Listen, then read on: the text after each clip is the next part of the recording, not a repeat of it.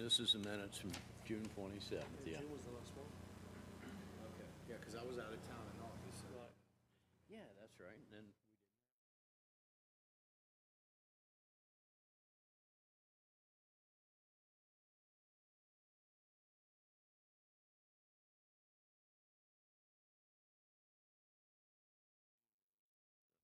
will be just a second.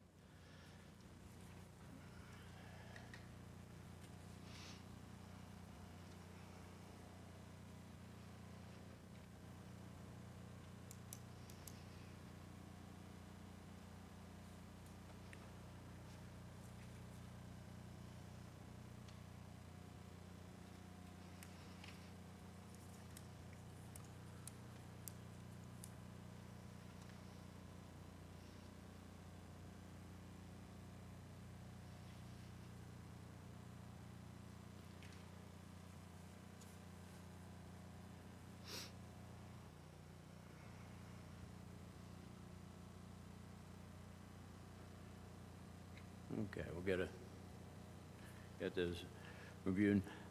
Amy, are you recording attendance and that sort of thing? Okay. So would you like to mark the attendance of those of us who were here? Okay, we have the minutes before you, the last meeting. You need a motion for those, please?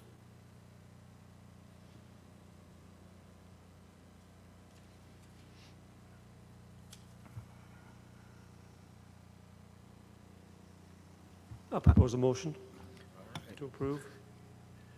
I'll second. All in favor? Yes. Aye. Aye. Motion carried. Okay. All right. We have but one case this evening, and would you like to present that, please? Cody? Okay. Can you hear me okay? Yeah. Cody Sheets with PDS staff presenting today. Notifications were made per KRS 100. Did any of the board make a site visit to the property? Nope. Okay. And do any of the board members have any conflicts to declare? No? No. Okay.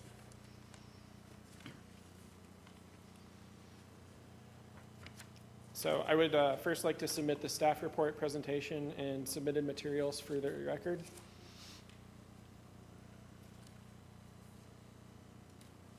And today we are here for a variance request from the rear yard setback requirement of the residential conventional subdivision zone. The applicant proposes to construct a pool with a rear yard setback of 20 feet where 25 feet is required.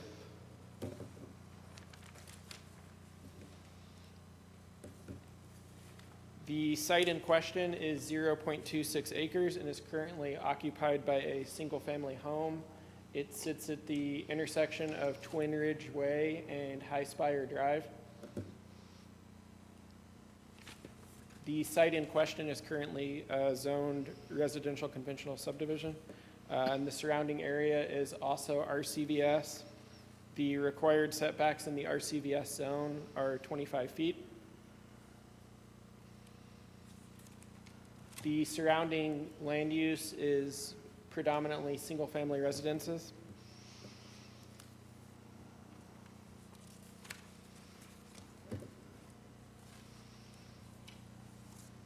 So this is our first view taken from Google Street View of the property. It's looking west-northwest from High Spire Drive.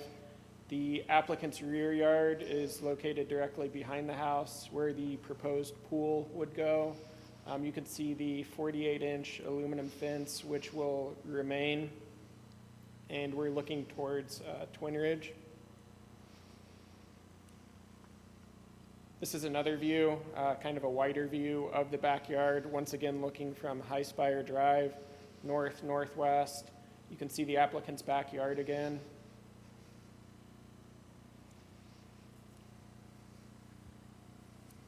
History, the applicant began planning for the pool prior to the adoption of the new Z21 ordinance. They had been in touch with PDS zoning administration prior to the adoption. The pool would have been allowed under the previous ordinance, which allowed for accessory structures to extend into the minimum rear yard, provided that all structures were set back from the rear lot line a minimum of 10 feet.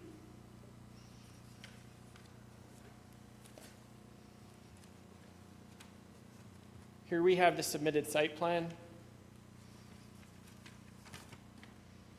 It shows the proposed pool, the new pool concrete deck, which is directly behind the home and attached to the existing 12 by 15 feet patio. The pool will be 16 by 34 feet. And as I said, it's aligned with the home with the proposed variance, which allows it to be 20 feet from the fence.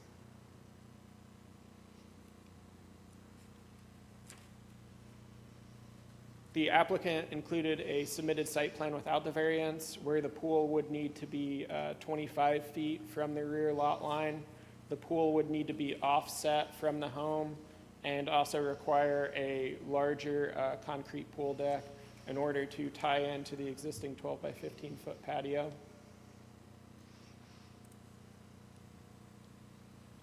So KRS 100 states, before any variance is granted, the board must find that the granting of the variance will not adversely affect the public health, safety, or welfare, alter the essential character of the general vicinity, cause a hazard or nuisance to the public, and allow an unreasonable circumvention of the requirements of the zoning regulations. In making these findings, the board shall consider whether the requested variance arises from special circumstances which do not generally apply to land in the vicinity or same zone. Staff finds that the requested variance does not arise from special circumstances that do not generally apply to properties in the same area. The second consideration is whether the strict application of the provisions of the regulation will not deprive the applicant of the reasonable use of their land or would create an unnecessary hardship of the applicant. Staff finds that the strict application would not create an unnecessary hardship, but requiring additional concrete for the pool deck could be an additional economic burden. And finally, the circumstances which are the result of actions of the applicant taken subsequent to the adoption of the zoning regulation from which relief is sought. Staff finds that no, it is not the result of actions taken by the applicant. The applicant identified the need for the variance during the normal permitting process. Staff's giving a favorable recommendation to the variance request for the rear yard setback of the RCVS zone. The basis for this is that the variance will not adversely affect the public health, safety, or welfare, will not alter the essential character of the general vicinity, will not cause a hazard or nuisance to the public, and will not allow an unreasonable circumvention of the requirements of the zoning regulations. The applicant did make a good faith effort to seek and understand the zoning requirement prior to the planning process of the pool. A 5-foot variance request from the 25 feet required is also not unreasonable, considering the initial expectation of only needing a 10-foot setback. Only one corner of the pool will actually be within that 20-foot setback requirement, and a majority of the pool will be within the required setback.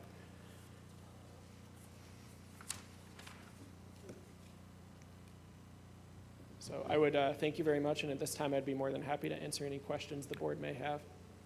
Very good. I think you've clarified pretty much everything we need to know about it.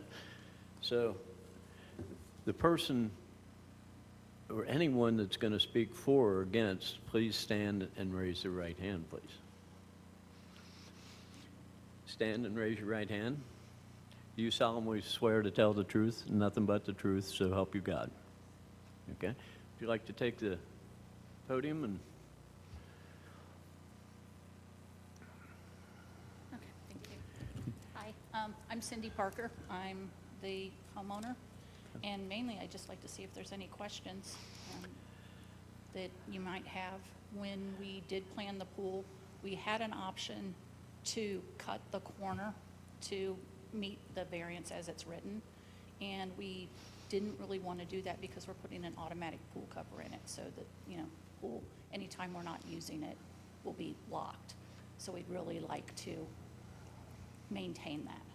That's one of our main reasons. Plus, we would like the pool centered behind the house as opposed to skewed to one side. Sounds That's it. like a safety concern, that's Yeah, it. that and my next door neighbor would really like to have it more behind the house. than- Okay. And I've got letters from all of our neighbors if you'd like to see those. I did notice that in our package, we have several support letters. I think I got as many as 6 from varying neighbors that were all in favor. So does anybody have any questions? Nothing? Okay. Thank I you. think we pretty well understand it and Great. appreciate it. Thank you very much. Okay. Any further discussion? Okay. Anybody in the audience have any questions about the thing? For or against? Okay, very good. A motion's in order.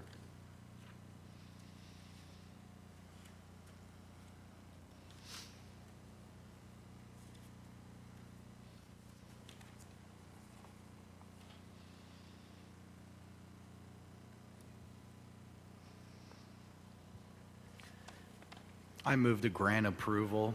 The variance will not adversely affect the public health, safety, or welfare, will not alter the essential character of the general vicinity, will not cause a hazard or a nuisance to the public, and will not allow an unreasonable circumvention of the requirements of the zoning regulation.